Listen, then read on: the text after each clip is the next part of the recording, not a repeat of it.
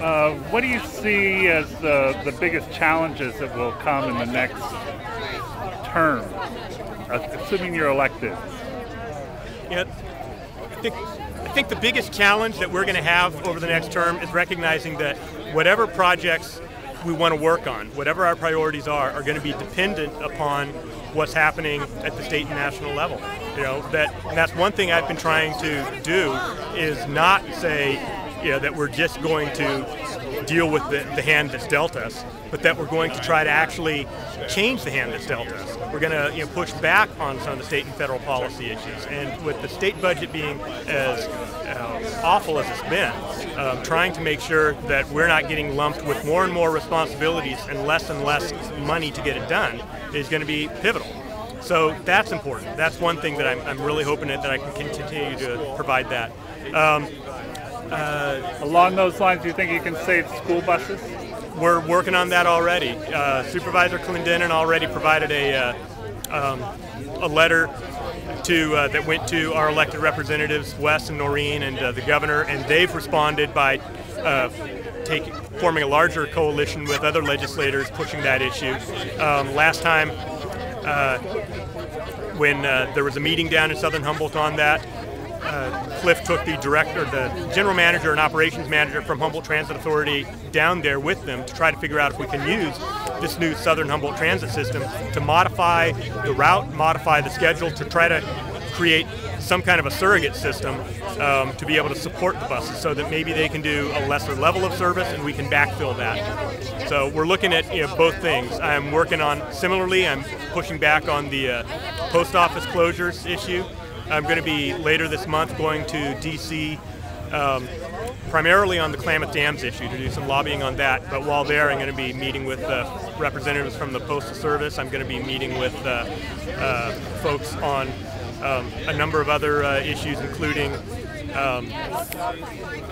marijuana policy. I'm trying to get a meeting as far up in the Department of Justice as I can to really let them know that we welcome their partnership on this issue. There's a lot of places for us to work together, but what they're doing is not helping. What changes would you like to see in the marijuana policy in particular? I'd like to see the federal government recognize that we don't have to resolve that central inconsistency on federal prohibition to be able to find plenty of work for us to work on together. The damage to the watersheds, it doesn't matter whether marijuana is legal or illegal, federally or statewide, to know that that's bad and we need to be able to go after it. And it's a violation of the Federal Clean Water Act, a lot of the stuff that's going on. But because of prohibition, the agencies that would normally be involved in regulating that can't step in, because the method of regulation is to bring them into compliance, and they can't bring them into compliance if it's illegal.